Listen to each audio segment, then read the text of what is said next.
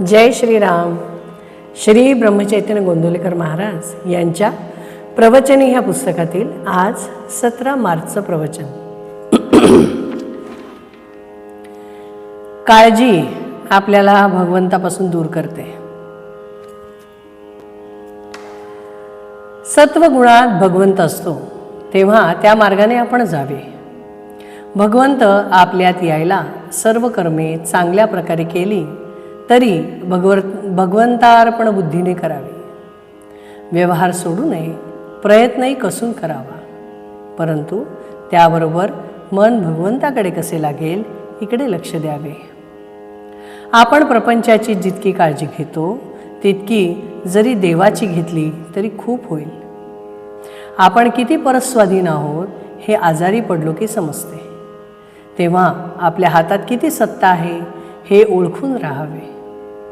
काळजी न करता देखील प्रयत्न होणार नाही असे नाही, उलट प्रयत्न दुप्पट करावे, पण जे फळ येईल ते भगवंताच्या इच्छेने आले या भावनेने समाधान मानायला पहिल्यांदा आपण शिकावे.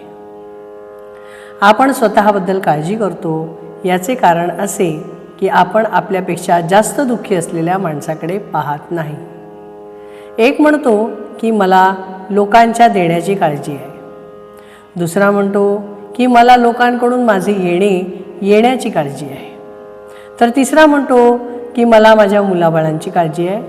पण काळजीच्या ह्या सर्व घोटाळ्यामध्ये आपण आपली स्वतःची काळजी कोणालाच नाही. मागल्या आठवणींनी आणि उद्याच्या भीतीने आपण काळजी करीत बसतो. ही काळजी आपल्याला भगवंतापासून दूर नेते. उद्याच्या काळजीने आजची भाकरी आपल्याला गोड लागत नाही. याला काय करावे? यावर रामबाण असा एकच उपाय आहे, तो म्हणजे आजपासून काळजी करण्याचे अजिबात सोडून देऊन तेवढा वेळ भगवंत नामस्मरणात घालविणे. एका माणसाने माझ्यापाशी तक्रार केली, काय करावे, हा माझा मुलगा कशाचीच काळजी करत नाही, नुसता हसत खेळत दिवस घालवतो, पुढे याचे कसे व्हायचे? मी म्हटले, तुमचे म्हणणे वरवर खरे दिसते, पण वास्तविक पाहता ते खरे नाही. तुम्ही आजपर्यंत इतकी काळजी करून काय मिळवले?